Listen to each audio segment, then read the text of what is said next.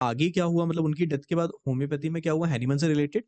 तो आपको याद रखना है कि हैनीमन की डेथ के बाद जो मैडम मिलिनी थी, ये खुद भी होम्योपैथिक प्रैक्टिस करना स्टार्ट कर दी थी, क्योंकि पैसे की कमी थी।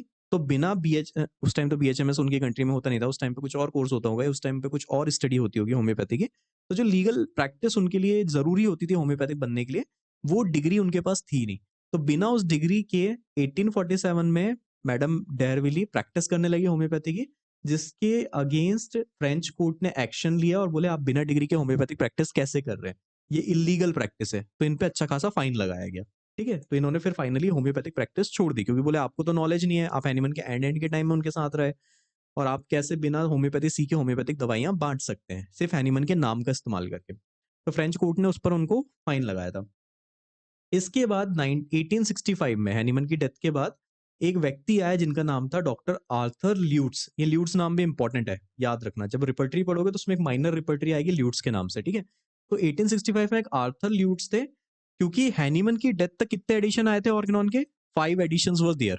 6th एडिशन की उन्होंने मैन्यूस्क्रिप्ट लिखी थी। मैन्यूस्क्रिप्ट मतलब अपने हाथ से लिखी हुई कॉपी उनकी थी, पर वो कभी पब्लिश नहीं हो पाई थी, उसका पब्लिकेशन नहीं हो पाया था 6th एडिशन का। 5 एडिशन ऑर्गेनॉन के आए थे जब तक हैनीमन की डेथ हुई थी। और ये 6वां एडिशन किसके पास था, ये 6वां एडिशन की मैन्यूस्क्रिप्ट थी मैडम मिलेनी के पास, और ये किसी को दे नहीं रही थी। ये बोली थी मैं दूंगी, पर इसके लिए बहुत सारे पैसे आपको देने पड़ेंगे, तब ये मैन्यूस्क्रिप्ट मैं आपको प्रोवाइड करूंगी ऑर्गेनॉन पब्लिश करने के लिए। तो किसी के पास उतने पैसे नहीं थे जितने वो मांग रही थी। तो क्या हुआ, 5वें एडिशन तक कर ऑर्गेनॉन मार्केट में अवेलेबल थी। तो ये ऑर्थर ल्यूट्स ने अपना दिमाग लगाया और बोले एक अच्छी किताब है, तो इसका 6वां एडिशन मैं खुद लिखूंगा। तो उन्होंने एक 6वां एडिशन 1865 में लिख भी दिया, जिसमें उन्होंने एक बहुत ही बेकार कॉन्सेप्ट लाया कि एक टाइम पे 2 दवाई दो।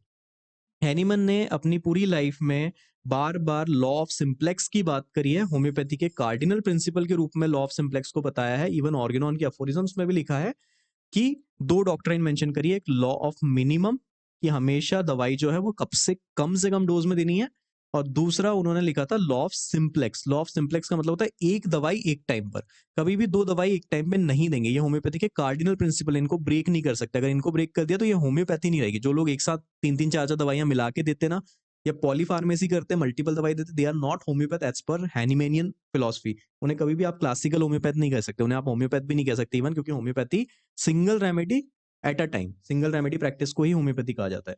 तो यहाँ पर ये जो थे, इन्होंने अपनी खुद की ऑर्गेनॉन का एक 6वां एडिशन निकाल दिया और उसमें बोला 2-3 दवाइयां एक साथ दो पेशेंट को। तो सबने अपोज किया, जितने लोगों ने इनकी किताब पढ़ी उन सबने बोल दिया कि आपने क्या कचरा लिख दिया है, हैनीमन की कभी ऐसी सोच रही नहीं, हैनीमन ने कभी ऐसी चीज कही नहीं, और आप ऐसा कुछ भी उटपटांग चीज बता रहे हो ऑर्गेनॉन के नाम पर, ऑर्गेनॉन का नाम खराब कर रहे हो आप।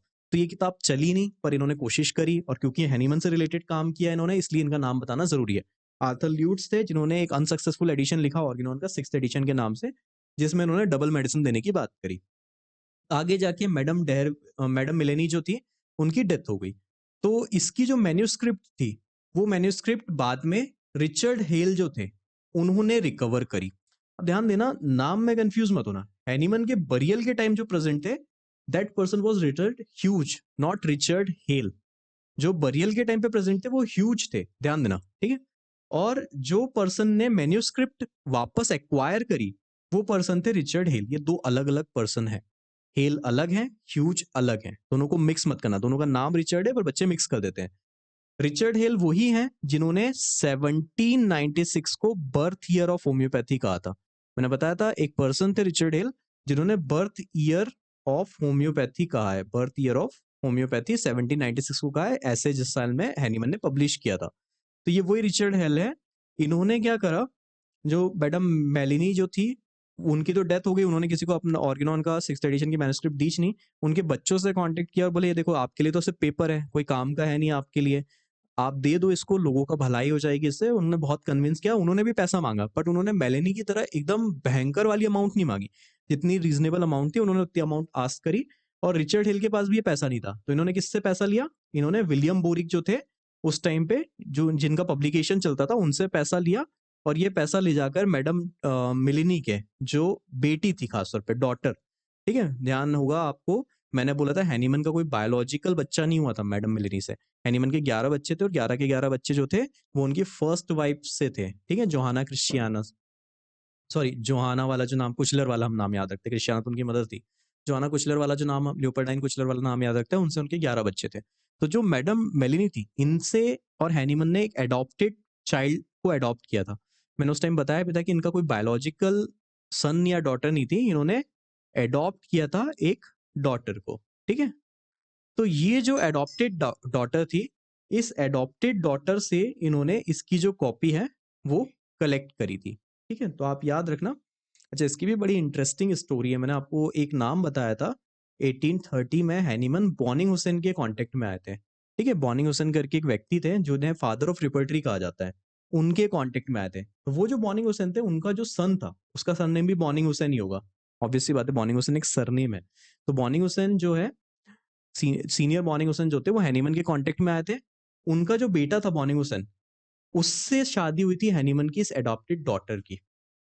जो हैनीमन की और मैडम डेहरविली की जो डॉटर थी, जूनियर हैनीमन, ठीक है? उससे शादी हुई थी बॉनिंग हुसैन के बेटे की। तो हैनीमन और बॉनिंग हुसैन अच्छे दोस्त थे। हैनीमन ने ही बॉनिंग हुसैन को होम्योपैथी सिखाई और बॉनिंग हुसैन ने उसको बहुत ज़्यादा आगे बढ़ाया, रिपर्टरी लिखी। हैनीमन बहुत खुश हुए। तो उन्होंने बोला हमारी दोस्ती को रिश्तेदारी में कन्वर्ट करते हैं। तो उनका बॉनिंग हुसैन का जो बेटा था, उन्होंने बोला मेरी भी एक अडॉप्टेड डॉटर है, इनकी शादी करा देते हैं। तो क्या हुआ, ये इसलिए बताना इंटरेस्टिंग है और इंपॉर्टेंट, इसकी स्टोरी आप रिपर्टरी में पढ़ेंगे। ये क्यों इंपॉर्टेंट है? क्योंकि मैडम डेहरविलीत ने तो क्या करा था, वो जो पेपर्स थे, जो मैन्युस्क्रिप्ट थे, उस पे तो बिल्कुल सांप की तरह कुंडली मार के बैठ गई थी। उन्होंने बोला था मैं दूंगी ही नहीं किसी को जब तक बहुत पैसा नहीं मिलेगा।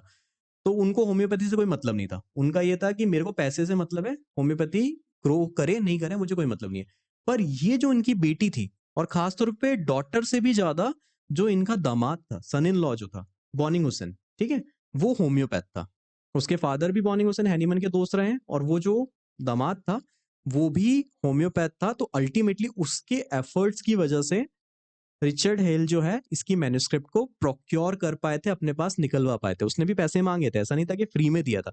और इसका अच्छा एक रीजन ये होता है कि हैनीमन की जितनी पर्सनल लाइब्रेरी थी, हैनीमन की डेथ के बाद जितने उनके लेटर्स थे, नोट्स थे, जो भी थे, वो पूरा का पूरा उनकी डॉटर को मिला था, ठीक है? उनकी वाइफ को मिला था। अल्टीमेटली वाइफ की डेथ के बाद उनकी डॉटर को मिला था, और अल्टीमेटली डॉटर से वो उनके हस्बैंड तक पहुंचा था।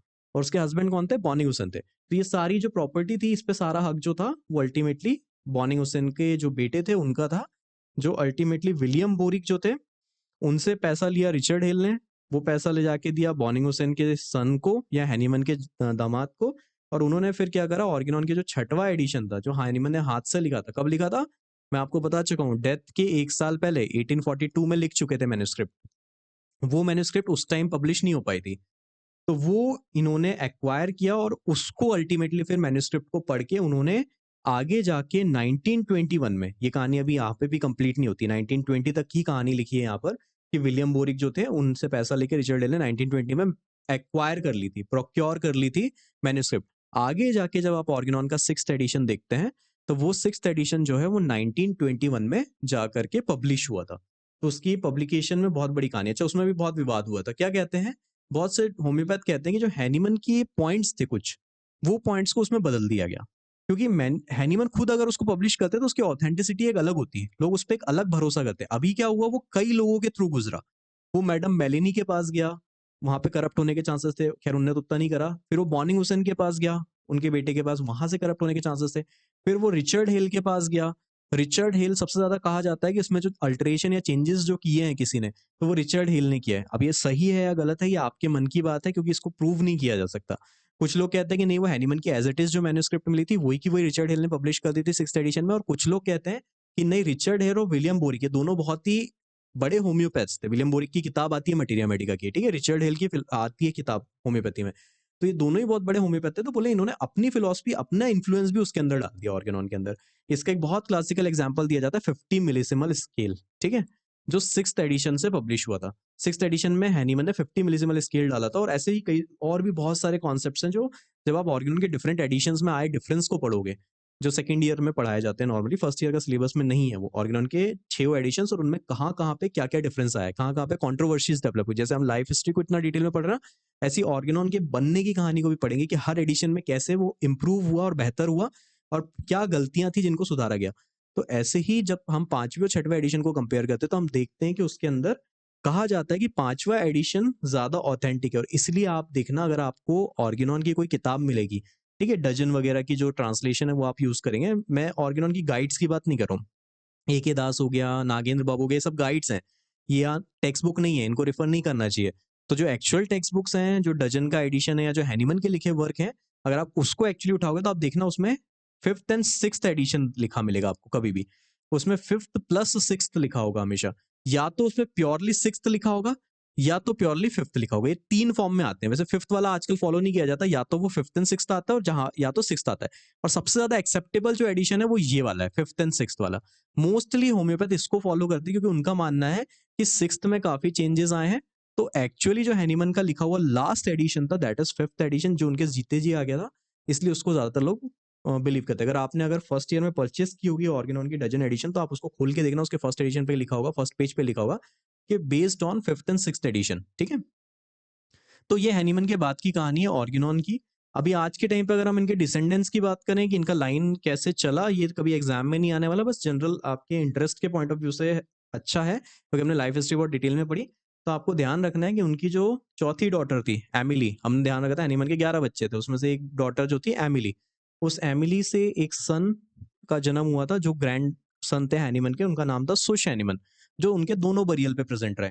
सुश हैनीमन जो फार्माकोपिया हम पढ़ते हैं, उस फार्माकोपिया के ट्रांसलेशन में भी इन्वॉल्व थे। ठीक है, आगे जब आप फार्मेसी में कभी हिस्ट्री पढ़ेंगे, मंडली आप चाहे तो उठा के देखना, आप जब भी हिस्ट्री पढ़ेंगे तो आप उसमें देखेंगे कि जो पुरानी फार्माकोपियाज है उनके इंग्लिश ट्रांसलेशन में भी इन्होंने बहुत बड़ा रोल प्ले किया है। तो ये इन्होंने भी ट्रांसलेशन में काम किया, पर होम्योपैथी में बहुत एक्स्ट्रा ऑर्डिनरी जाके कुछ नया लिटरेचर वाला काम नहीं किया था, एक सिंपल होम्योपैथ थे ये भी। तो एमिली उनकी डॉटर हुई, सुश हैनीमन उनके ग्रैंड चाइल्ड हुए। उन्होंने होम्योपैथी में प्रैक्टिस स्टार्ट करी। उसके बाद उनकी डेथ हुई वर्ल्ड वॉर 1 में 1914 में। एक जगह थी जिसका नाम था आइजल ऑफ वाइट, ठीक है? तो ये तो इंपॉर्टेंट नहीं है, बस इंपॉर्टेंट ये पॉइंट है कि सुश हैनीमन कौन थे? ही वाज अ होम्योपैथ जो हैनीमन के दोनों बरियल पे प्रेजेंट थे। फर्स्ट बरियल पे एज अ चाइल्ड प्रेजेंट थे और सेकंड बरियल पे as a old person present थे। फिर ये जो सुश हैनीमन थे, इन इनका एक ग्रैंड डॉटर हुई, डॉक्टर लियोपोल्ड सुश हैनीमन जो थे, इनका पूरा नेम था। उनकी जो सबसे छोटी बेटी थी दैट इज एमेलिया। ठीक है, अब यहाँ पे नाम में मिक्स मत करना। एमिली अलग नाम है और एमेलिया अलग नाम है, स्पेलिंग में डिफरेंस है, ठीक है? एमेलिया और एमिली दो अलग अलग नाम है। तो सुश हैनीमन जो थे, मतलब एमेलिया की जो पोती थी, उसका नाम था एमेलिया। फिर इस एमेलिया के दो बच्चे हुए हैं, विनफर्ड और हर्बर्ट। इसमें से ये जो विनफर्ड था, इस विनफर्ड का एक बेटा हुआ जिसका नाम था विलियम हर्बर्ट टंकार्ड। ये बाकी के जो बच्चे थे उन्होंने कुछ एक्स्ट्राऑर्डिनरी काम नहीं किया। एमेलिया ने कोई खास काम नहीं किया, हर्बर्ट ने कोई खास काम नहीं किया, ये जो विनफर्ड था इसने भी कोई खास काम नहीं किया। इनका जो सन था विलियम हर्बर्ट टंकर्ड, इसने ब्रिटिश आर्मी में बहुत बड़ा रोल प्ले किया था वर्ल्ड वॉर 2 में, और आगे जाकर के ब्रिटिश इंस्टीट्यूट ऑफ होम्योपैथी जो है उसका एक एक्टिव मेंबर की तरह काम किया था। तो हम यहाँ पर लाइफ हिस्ट्री में उन्हीं लोगों को वैल्यू दे रहे हैं जिनने होम्योपैथी के लिए कुछ किया था। सबसे पहले हैनीमन थे, फिर एमिली आई, ठीक है, फिर सुश हैनीमन थे, इन्होंने होम्योपैथी में काम किया। उसके बाद उनका जो ग्रेट ग्रेट ग्रेट ग्रैंडसन था जिसका नाम था विलियम हर्बर्ट और टंकार्ड, इसने ब्रिटिश इंस्टीट्यूट ऑफ होम्योपैथी में एक एक्टिव रोल प्ले किया, होम्योपैथ की तरह काम किया। उसके बाद इनका एक बेटा हुआ जिसका नाम था चार्ल्स, जो आज भी अभी